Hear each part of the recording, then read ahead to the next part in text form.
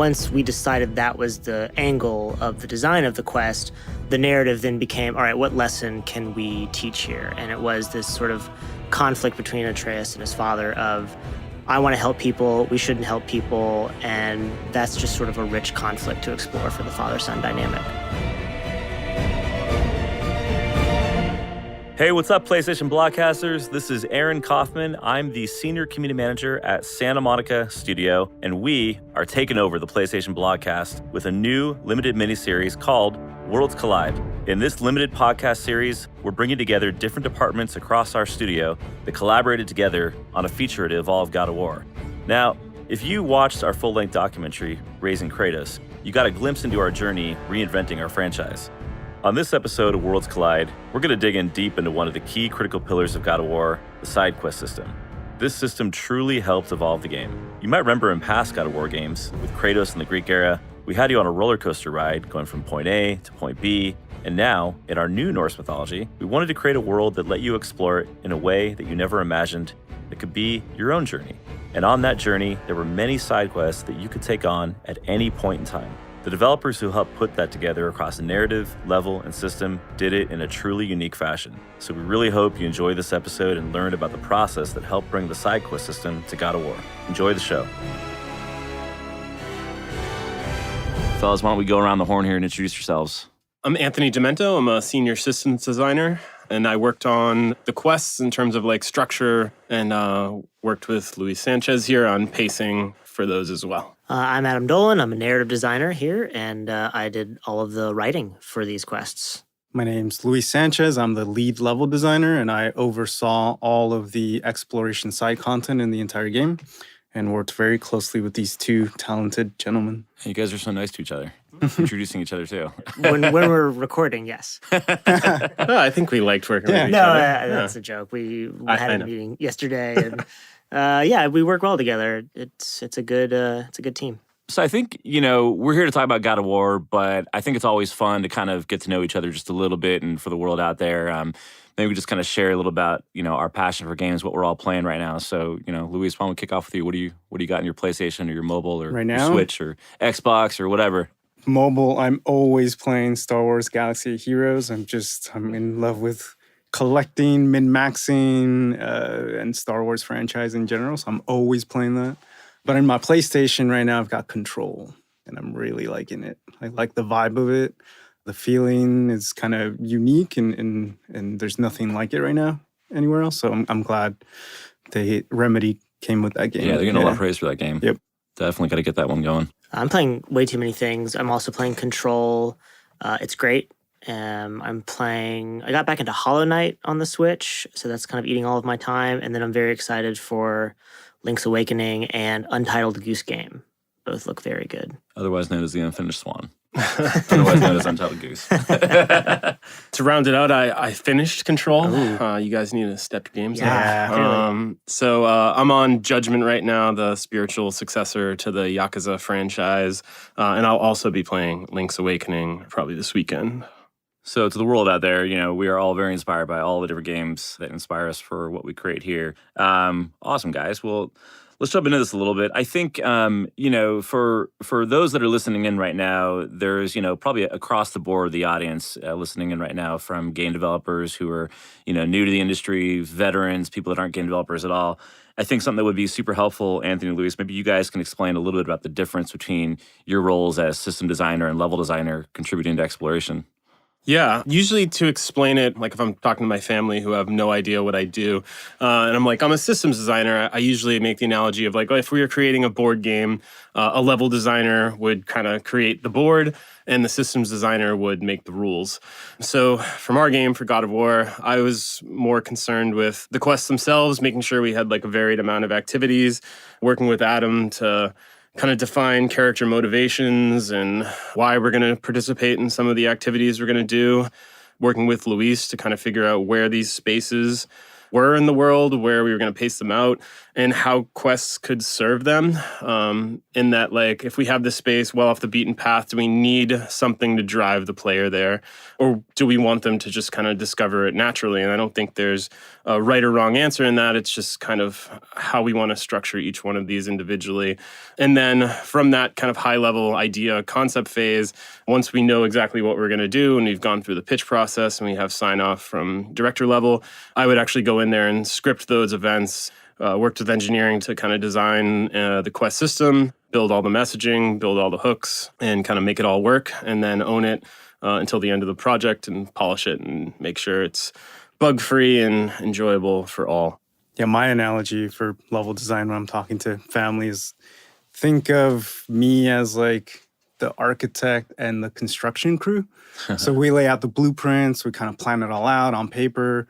Once that gets approved by the city and get all the permits, then we actually go in there and build it in 3D. And then, work with Anthony to, if they build it, they'll come. And then Anthony kind of... That's your baseball analogy for him, right? Yeah. And then Anthony makes sure that when you get there and you leave, you feel satisfied. You got a good reward. And then Adam here, while you're in there, the narrative experience has to keep you there and engaged.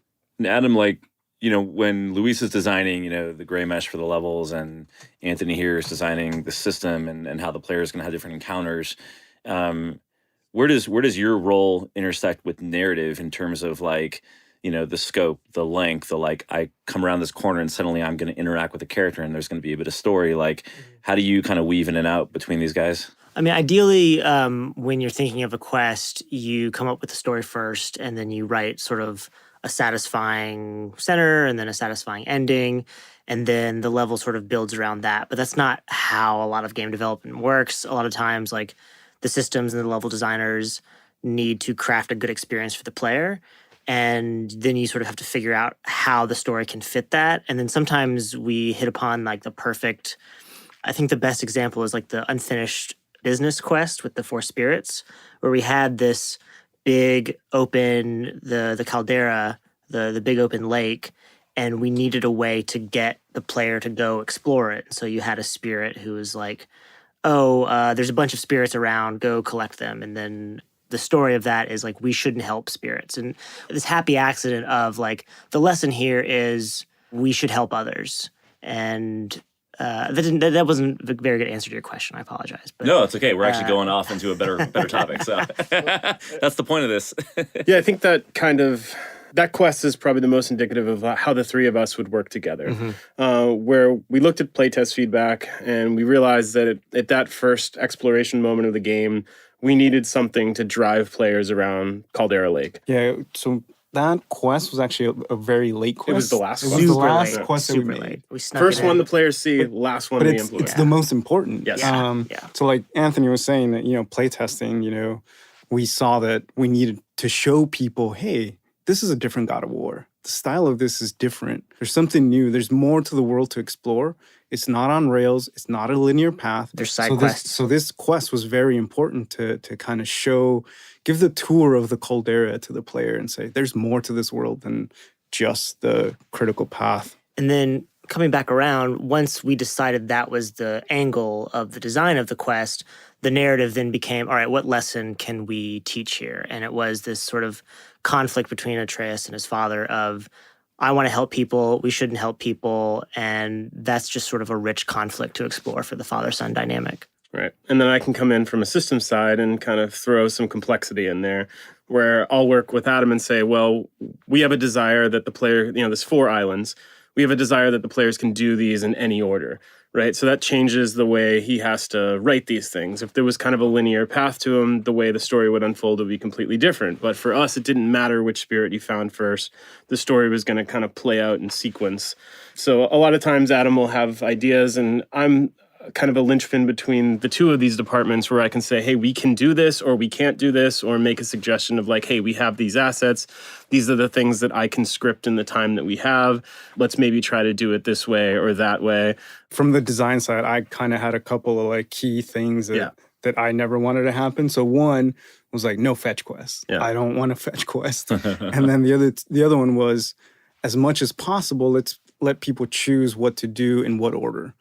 And that did cause problems and limitations on like narrative and systems. Yeah, anytime you're designing a story that can be done in any order, it just exponentially increases the complexity of the writing. And we get around that through conditional dialogue. Yeah. So the spirit one's a good example because at a certain point, like Kratos says, our only goal is blank. And that line changes depending on where you are in the story. And so I think the theme of this episode is like fitting a quest anywhere. That right there is like the main section that had to be conditionalized based on where you were in the game. And we want to have these like drivers, these motivations, like why are we doing this? It becomes a lot harder once you've completed the game. And that was, I think, you guys can speak more of the design of making sure you can do all the quests at the end of the game. From a narrative standpoint, it's hard. You're sort of butting up against believability of like, why are we doing this? Oh, because we are. I don't remember actually what we used when you complete the game, but our only goal is to go home. That was it. So maybe it was something like preparing for the journey back home. Something very thin, but it worked. People still liked it. And so the reason it was very important to give players that freedom to be able to do anything in any order that they want, for me, it was trying to achieve that thing where you play it one way and then you talk to your friend and having that water cooler moment the next day at work is like, oh, did you go do this thing? Oh, I did. But did you get this line of dialogue? Wasn't it cool when this character said this to this character? And the other person was like, no. Oh, well, maybe it's because you haven't done this other thing. And then you just get those moments, talking to your friends of like, I played it this way, but I played it a slightly different way. And you get different experiences. It's interesting. We never marketed the game as play the journey your way. We were very, very tight-lipped about the fact that we even had a semi-open world. And all that time, we were basically designing almost a choose-your-own-adventure or like, the path. I didn't even know there was conditional dialogue. Oh, yeah. I've never heard of that. So much. It's amazing. Yeah. It actually was never really a debate for us. I mean, there's plenty of things that we debate here, but I don't think we ever even considered the possibility of, a quest will expire. I think pretty much all of us from the design side, or at least most of us, I would say, approach these problems from a player perspective. And I think any of us who've played a game where a quest became available and you didn't do it right away and then it expired and you failed the quest and it was never available, it feels bad. It's a bummer. Nobody wants that. And it's just one of those things that we never even considered as a possibility. We wanted to maintain that freedom, like Luis. I like those kind of those moments, and we're really only limited in like the amount of scripts, conditional lines we can write, how much I can script those conditionals to trigger, and how much VO we can get to support all that. And I know I personally have never been on a game with the amount of VO we had in the last God of War. So it was like every line we asked for, we pretty much got, and there's just tons and tons of lines that no one has ever heard. Yeah, too many for me to that make me comfortable thinking about. Yeah, I mean, I think that the Intro to Caldera quest was probably like the simplest example of this, right? Something that served a real purpose, but nothing was more complex than the freedom we let players have with the Valkyries, which I remember, there's 9 Valkyries, so you can do them in any order. And then a lot of conditionals just in terms of like how the player is going to behave. We dealt with a little bit of that on the Intro to Caldera quest too, where a player can land on that island. There's a line that Atreus will play of like, look, a brazier. But then they can turn around and leave and not actually do that quest. And we have to kind of save off that variable and know about it when you come back later. And the Valkyries were kind of the most difficult example of this, where you could go into any of the Valkyrie dungeons first. It was an intro on the way down, so we have to have that VO loaded in every single one of the dungeons. That trigger has to be there and check whether or not you've seen a Valkyrie before. To make it even more complicated, you had Muspelheim and Niflheim, where I could have seen a Valkyrie for the first time, even though probably less than 1% of the players actually did that.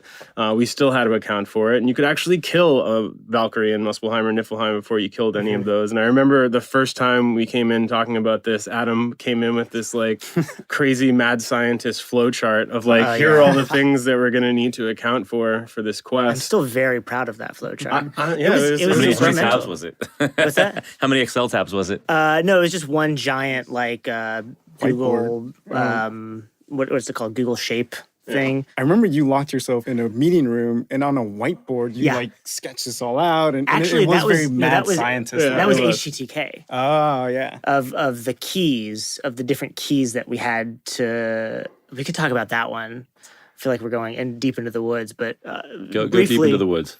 Briefly, so the HTTK, which is known as the Conan's guard. Conan's guard. Yeah, it will always be HTTK. We for have us internally. internal names for all of our levels before we figure out like the narrative. Yeah, I think they called it Hail to the King. King. Yeah. And it was, I don't even know what the mythology was before I got a crack at it. It's pretty good. There was a Draugr king that lived in that place. We literally had than what I we literally had a Draugr with a crown on his head and red eyes. Because with exploration content, we're trying to make the most we're trying to make new content with the assets we already have. So we have Draugrs, we have little eye tracers that we can put on them.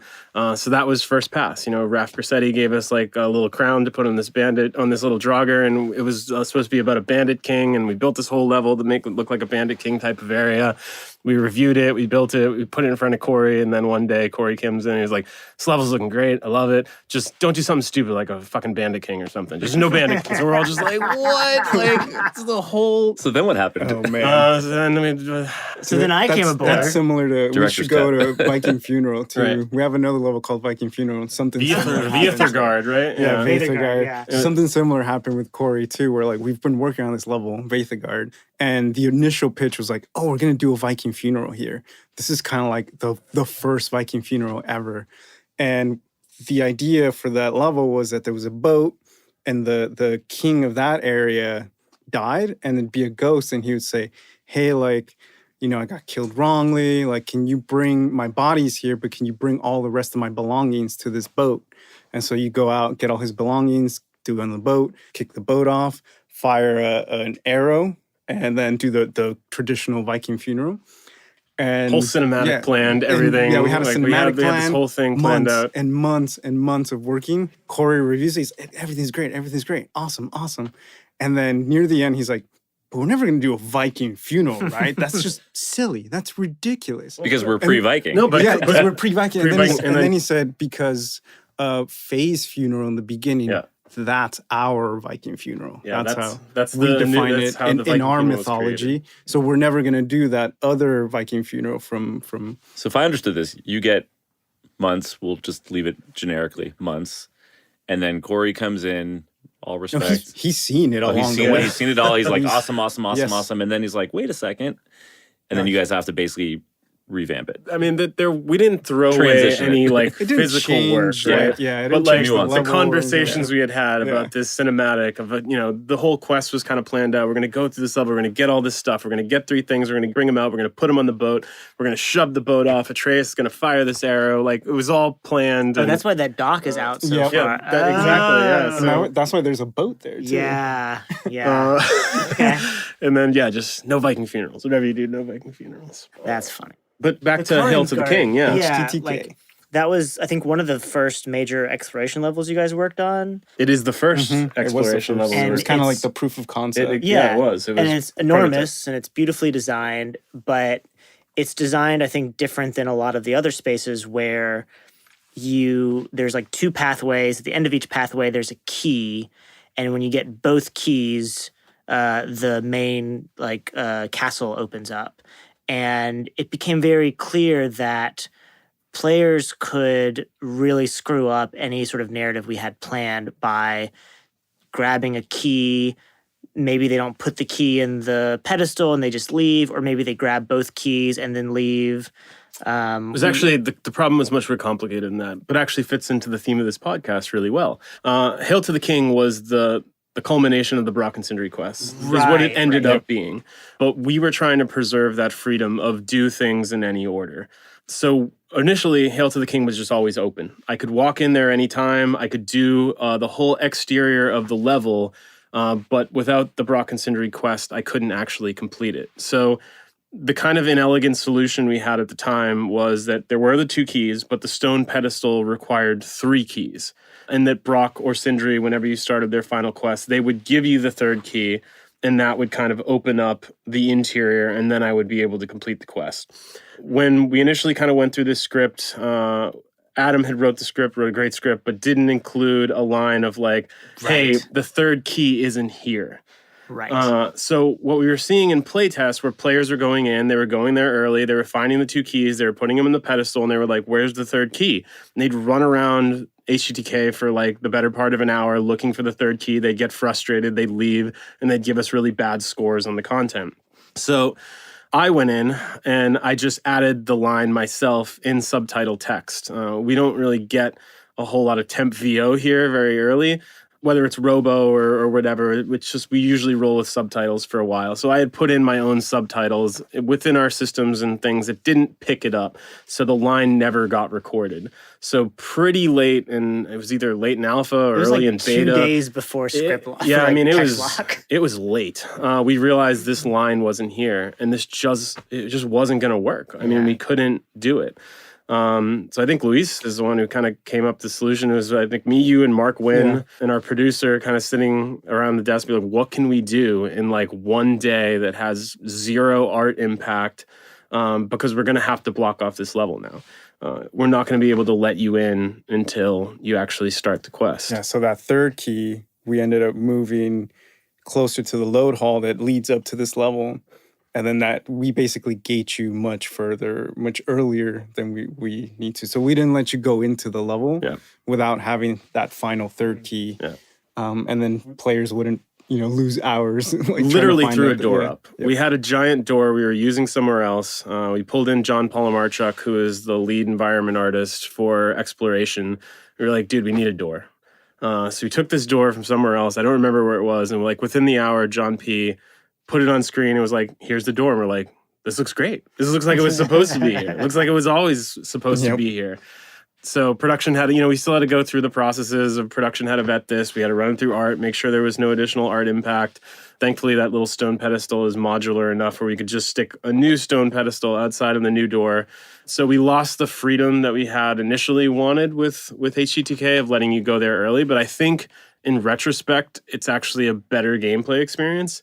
I don't think you would have got much from going there early. Well, there's always trade-offs, right? And that's something we should talk about too, right? Like we wanted complete freedom, but we can't have that. And then, Adam, to tell a better story, would prefer it not be totally open-ended.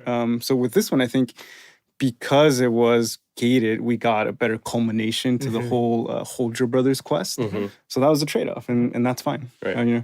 Yeah, we make compromises all the time, but it's always for the best. Yeah, knowing that you couldn't do the quest, you couldn't do the content without the quest active, Adam doesn't have to write things that are just totally ambiguous, right? Or, God forbid, do half of that content in complete silence. Right. And, we have to do that sometimes. We have to say, okay, the player doesn't know what they're doing right now. So rather than kind of say something very specific, we say something very generic. And I think you lose something there. So there is a bit of the trade-off. But yeah, I'd say my other favorite story from XPL and kind of gating that freedom and pulling back from where we were was the day we walked in and you had placed the snake's body as blockers basically throughout all of Caldera Lake. It was just 2 blockers. I wouldn't say all over the lake. Changed a lot.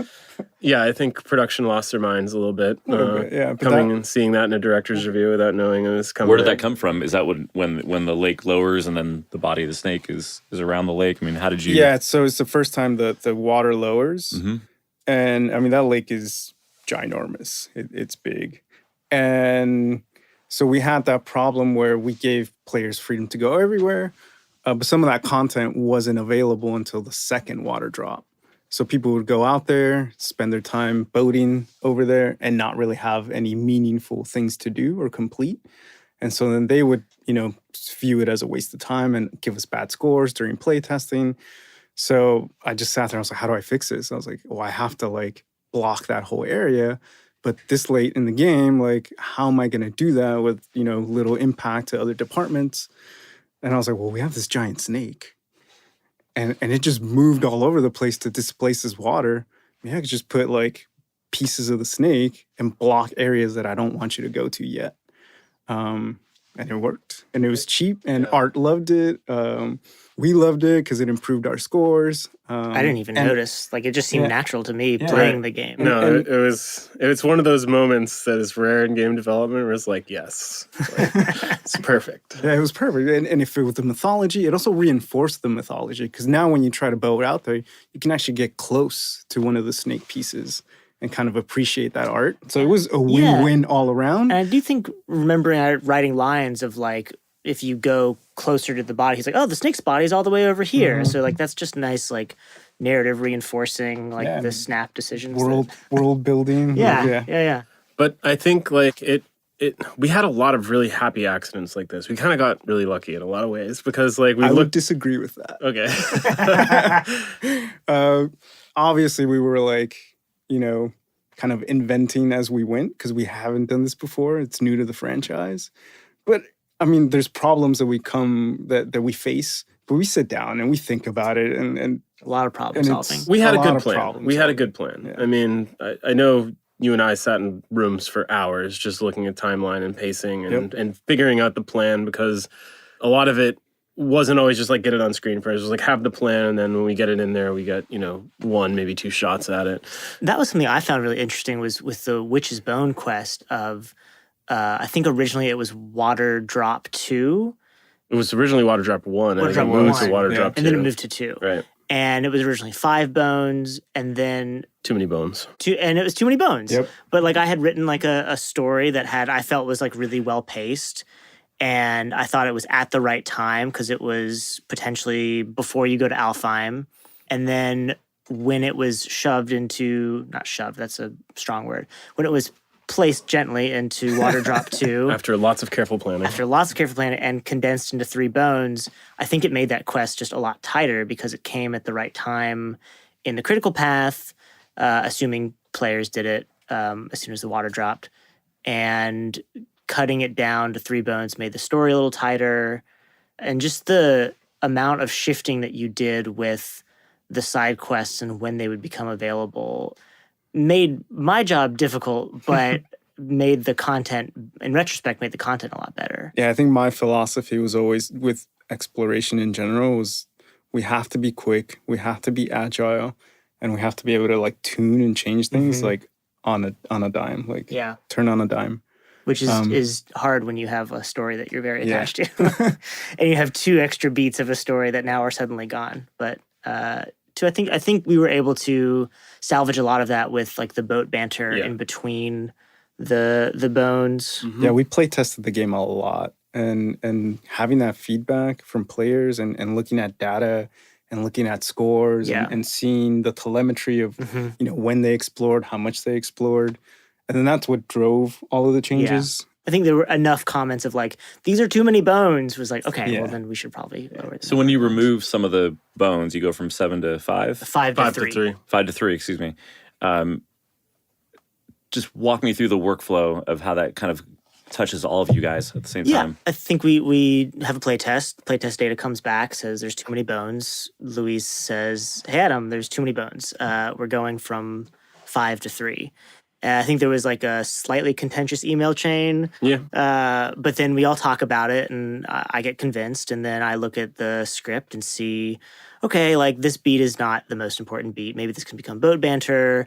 I'll take out these 2 beats, shove this here into boat banter. Here's a new script with only 3 bones. And then I guess that goes to scripting, and you script that dialogue.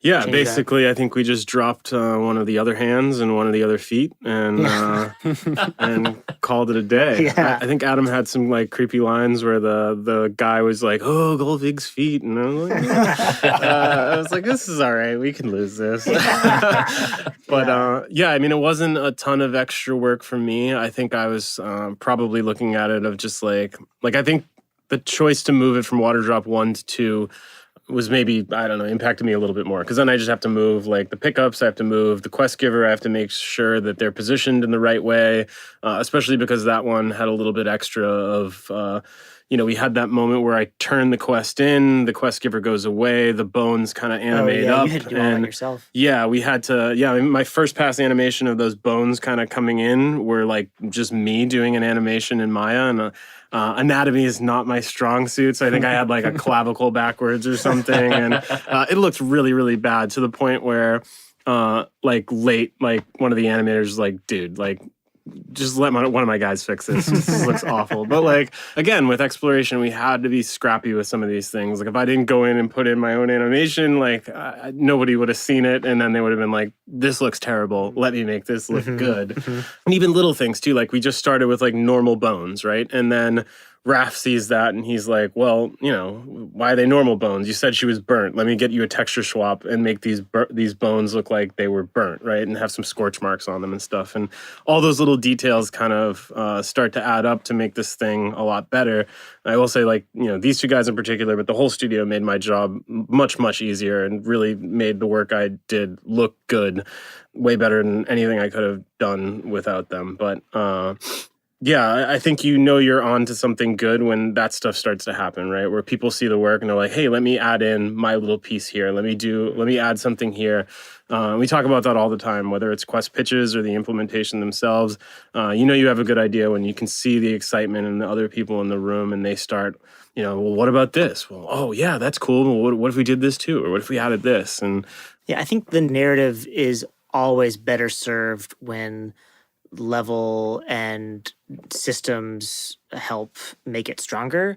Like if you, my favorite example of this is in Celeste, when you are like chasing this other piece of yourself, or she's chasing you rather, and in the game you have one dash, and then spoiler, Celeste, sorry, when you like reconcile, now you have two dashes, and it's just this really beautiful concept of like the system design helping to better serve the narrative, and it feels more emotionally impactful if the game that you're playing responds to the actions that you take. And I think, Luis, you had a concept that you always want to have like a state change in a game. That's always something that feels good. Yeah, for me, like whenever a player can impact the state of the world, like that's powerful, right? Yeah. Like just the water drop itself. You blowing that horn, having the snake come over again, and then the water drops one more time, and you're like, whoa. But now every time you come back to Caldera, you see that, and you're like, oh, I did that. I changed the world. But even as simple as like lighting the braziers to do that, like it's not a very big thing. It's just a brazier and now it's lit, but it still makes, it's like, oh, I've done that. Yep. They're always lit now. Yeah. You've changed the world and it's a lasting change. Yeah. Baldur's Dragon too. Just adding that to Caldera, right? Like very cool, right? It's like my impact on this world is visible and it's lasting. And then another kind of concept that I always kind of try to drive home with exploration was like, let players have questions and mysteries. Like with that dragon, the Boulder Dragon, that happens during the critical path. And then you get shoved right into Helheim. But if someone remembers, like, I wonder what happened to that dragon. And you go looking for it. And then it's there, like, the amount of satisfaction you get through that, for that, is like through the roof. Yeah. And again, it's a good example of how our three departments worked well together, right? Where Luis wants to get that dragon in, and then he can come to me, and I have this luxury of being like half quest designer, half systems progression designer. And he's like, well, I want to get something for it now. It's there, but I want to reward the player if they go over and look at it. Like, give me a dragon's tear or a dragon fang or something like that. And that's easy enough for me to create and then work it into the economy and make it part of a recipe and something like that. And, there were tons of things like that, whether it was just adding a new resource or then Adam coming in and being like, well, okay, like, here's the history of that resource. And from a progression standpoint, my favorite items in the games are the ones that we could contextualize like that. So everything's kind of working in harmony, whether it was the dagger you got from the father who was betrayed by his son, we turned that into a weapon component and it looked like a little knife. And then the FX team comes in and they put this little blood drip FX on it. And Adam wrote some lore for it of like, this is the dagger of betrayal. And we did it with the Thor statue as well. Oh, where the you dug it up handles, Grippatanagast. And like those were the coolest items for me. Those are things that as a player I'm going to remember where I got it. I'm going to want to use it and I'm going to keep that in my inventory. I'm not going to scrap it. I'm not going to sell it. And there's some that we wanted that we didn't get, like the boat captain's key. We boat captain. Well, we got like a lore. So geometry in there. But yeah, Well, we he wanted was to like- keep. an item. Well, Yeah. speaking like Unvari's ring. yeah, well, like the dragon, and you see the dragon. It wasn't until like I did like late playthroughs when the game was actually like running well and the environments were coming together, where I would boat around and I would see like the shipwreck island, and you get to the top of the shipwreck, there's nothing there. And I was like, well, there should be something here, Yeah. but we don't have any time, so let's just make it like a journal entry from a captain. Yeah, you know? to Luis's point, this is a regret of mine. We wanted that boat captain's key. For anyone who doesn't know, there's a boat captain that's been referenced in every God of War franchise, single one. every single game since the first. And we were going to take a key out of that chest on Shipwreck Island. We were going to turn it into a hilt for the axe, and it was going to look like a little key. It was going to be totally sweet, but we ran out of And ran out Raph of was time. on board. Raph was on board. He's always and on board though. Is there art for this key? We just didn't get the art for the key. I think is what kept us from doing it. But that would have been sweet. And then what was the other one? Unvari's ring. Oh, right. And then, the ring that talks to you in Brock 2. We wanted to, like, turn that into an equipable piece of loot.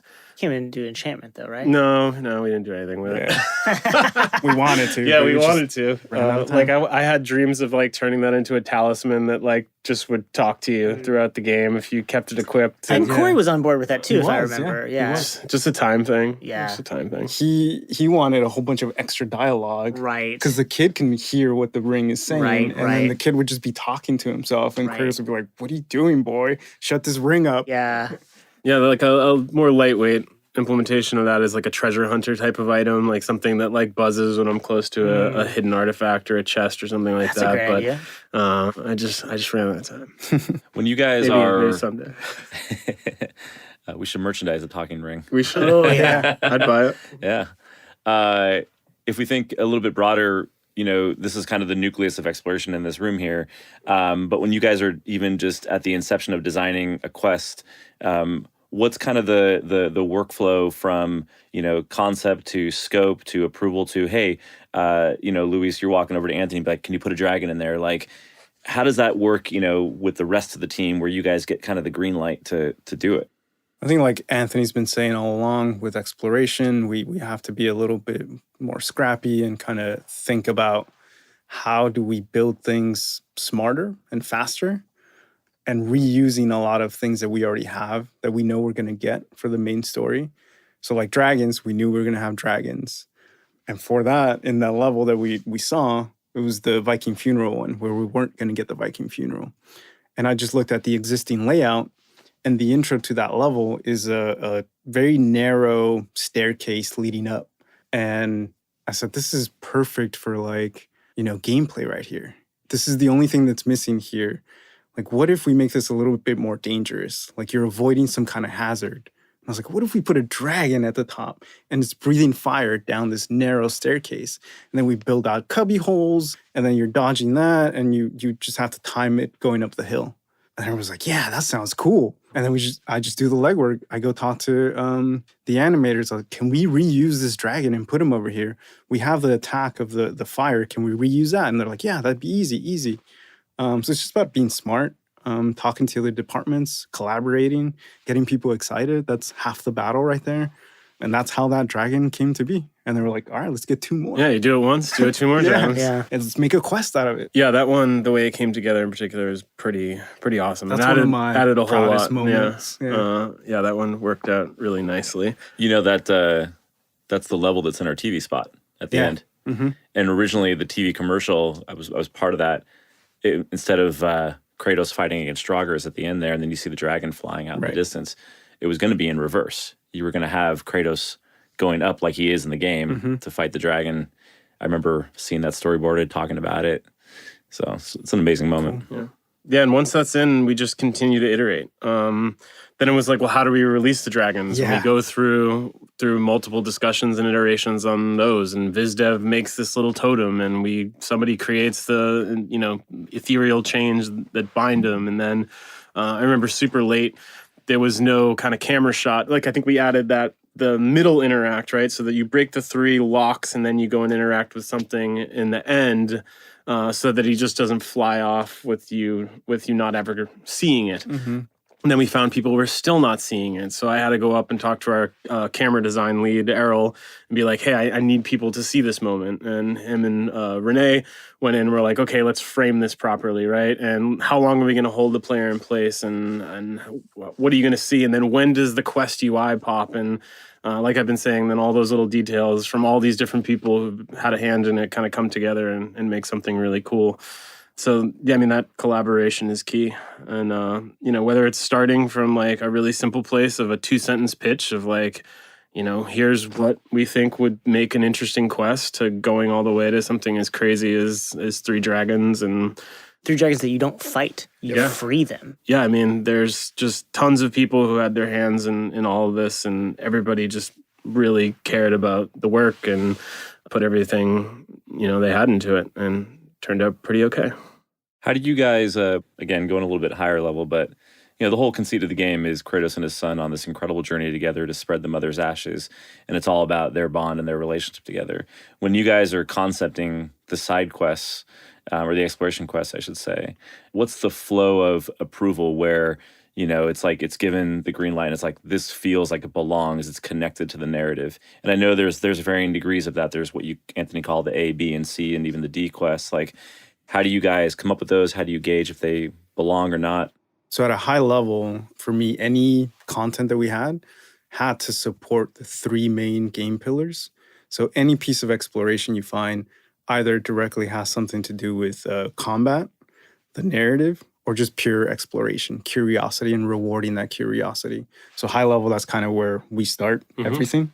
In terms of narrative, Matt Sophos and Rich Gobert, our narrative leads, kind of gave a mandate to me pretty early that every quest should have some kind of lesson associated with it, which once I framed the quest in that light, they became a lot easier to write, of like, what is the lesson here? Is Kratos teaching his son, that honor and virtue is important? Is he teaching him that, like, you shouldn't trust spirits? And then seeing what the actions of the quest were. For instance, like the Thor statue is going to be you destroying a statue of this god, and the lesson there is don't trust the gods. Once you sort of frame the lesson, the theme of that quest, it just makes it easier to write. I think the first quest meeting we had was me, Luis, and Rich Gobert. And I think the first thing we started with were like, well, hey, what are the things that we can do in this game from an activity standpoint? And looking at those 3 pillars as well. I mean, we can kill stuff, we can break stuff, and we can like go get stuff. And I know Luis is like super anti-fetch quest. And, some of those quests we had that were kind of fetchy were made better because they had really, really solid narrative support, like Adam was saying. But from that initial meeting, we talked about some of those things. We talked about some of those activities. Rich Gobert left over the weekend, came back on a Monday and was like, here's a whole bunch of pitches. We went and looked at all those pitches. We picked out some that we liked. We put them in front of Corey in a meeting. He kind of talked about the ones that he liked. In some cases, we took 2 different pitches and smashed them into one and made them into, a singular type of quest. And then I think a lot of the early questions we were asking and problems we were trying to solve were, what is Kratos' motivation for doing this quest? You have a protagonist here who isn't known for wanting to help people. I mean, last time we had seen him, he just burned like an innocent man in a cage so that he could like pull a lever, basically. So we kind of leaned on Atreus for a lot of that. I had a pitch like really early on about these just general father-son moments. It didn't pan out, rightfully so, but we were able to kind of take some of that concept and apply it to the side quests. For A quests like Brock and Sindri, the quest is a lot about the relationship between those 2 people, right? Kratos' relationship with other people in the world, and how do we kind of push that forward. But if you look at a lot of games, I mean, the quests are about the NPCs, they're about the people you're interacting with, and we really only had those 2 guys. And they also had heavy narrative constraints, which made them difficult to use in a lot of situations. So the unfinished business guys kind of came about of like, well, these guys it'll allow us to put NPCs in the game. We can kind of flesh out the world, but that still wasn't enough, right? So it came down to Adam and the narrative team kind of finding a wrapper, kind of a mega theme for what these quests are all about. And I think they nailed it in saying that it's about Kratos, it's about father and son, which is one of the core pillars of the game. So regardless of the activity you're doing, whether it is kind of fetchy, like picking up bones or doing something else, it's supporting that core pillar of father and son. And I think that's what makes it work and what makes, these, like I said, the support from these two guys and their departments in particular really made my life easy. Awesome. My last question, which might be kind of the traditional for our Worlds Collide podcast here. Let's go around the horn real quickly and just think, if you could take your DeLorean and go back in time, if there's, one thing that you either wish we had time to do or that you could improve now that the game's been out a year and a half and change, what would that be for each of you in your kind of respective departments? I only have one. The Witch's Bones quest. There's a bone on an island that has another quest giver, and I realized that too late to bring it up, because now if you're on the Witch's Bones quest and you collect that bone, you can then start a new quest. By design. By design. It is by rightfully design. so. Yeah. But then you miss one of the lines of dialogue of the Witch's Bone quest. Look at this guy. He's worried about the one line. Made for a better gameplay loop. To be fit to Luis brought up a good point, is like other people are going to experience that differently. They're going to get that new quest first, and then they're going to collect the bone, and then they'll hear that bone quest. However, they'll also miss a line of boat banter from the captain quest. So you really can't win. Oh boy, but there's content, right? Like, think about it this way: if that thing wasn't there, if they didn't pick up a new thing while going for the other thing, they wouldn't find that new thing. No, you're right. Yeah, maybe you're right. they would have missed that whole quest and wouldn't have heard any of those lines. So You guys have convinced we did you a favor. For me, I'll give you two answers. Something that we didn't do, and I'm glad we didn't do. We had a third water drop. A lot of people don't know that. I didn't know When that. we originally started, there was 3 water drops, and at some point, we're like, that's too much. And I'm glad we didn't do it. I think 2 was a perfect amount of water drop and amount of content. But the thing that I wish we could have done was we had to cut one island. There's always stuff you cut because you don't have enough time to fully polish it. So it's just I wish we had time to do those things. There's one island that we cut and another large open area like Vathagard and HTTK. It was called the Mason Trail, and it was awesome. And I wish we could have done that one. Kind of shrunk down to the Mason Trail cave, right? It did. It got where shrunk down to that one of cave. the dragons Yeah. was. Fafnir was hanging 3 out. dragons were supposed to be in these large open air areas. And so 2 of them are, and one of them isn't. And I wish that one could have had a big home as well. I think the Mason Trail, if I recall now, it was either E3 16, maybe it was E3 17. I think that where that quest was at the time was going to be our way of showing exploration to the world. We were actually going to announce it then, and then we decided not to, and then we held it, all the way to the very end. And obviously that was a year later, so it changed significantly. But I remember that. Yeah, I have tons of regrets, in a good way, But there's always personal life? No, so many. But yeah, I mean, we talked about not getting Anvari's ring as an equipable item, just things like that. It always feels like there's more you could have done, but eventually you have to stop and you have to ship the game and you have to get it out there. The one that nags at me a little bit is we never. I don't know if people know this, but we never planned on doing New Game Plus. It was not in the cards. The way we structured a lot of progression, I was like, if we try to do a New Game Plus, this isn't going to work. And we're not doing New Game Plus. Don't be ridiculous. And then when the game came out, everyone's like, when's New Game Plus coming out? And directors came over to me and were like, hey, we're doing New Game Plus now. And I was like, oh, God. But the one thing I wanted to get in as part of that New Game Plus thing, to go back to the quests, was I wanted a way to fight the Valkyries again. And we had a really good way to do it, at least I thought, where we had that Valkyrie Council. You had already put all the helms on all the seats. And what I wanted to do was be able to go back there after you defeated the Queen and interact with any of those chairs and then res that particular Valkyrie to fight them within the Valkyrie arena. I thought that would have been pretty neat, but then I had a baby and I went out on paternity leave and we ran out of time. See, it was just regrets, man, regrets. No, I'm just kidding. But you know what? That's a really good point about our work-life balance here at Santa Monica Studio, right? Yep. No, it was great. I took my time. Babies over Valkyries. Yeah. Let's take advantage of your personal life to talk about our work-life balance. Sorry, everybody. But we could always do more. So there's always some regrets. Awesome, guys. Well, I'd say this was a pretty damn successful first episode. We'll probably sit here and talk for another Easily. Yeah, for sure. days. Easily. So just want to thank you guys, tremendously. If there's any last words you guys would like to say to all the fans and everybody out there. Thanks for playing and making all those nice comments. Yeah, thank you so much. I see all the love and I appreciate it. And it makes me, hungry to come back here to work and do it all over. Yeah, I mean, I think we recognize this content was all optional. You didn't have to play it. So if you made the choice to play it, thank you. Thank you for exploring with all of us.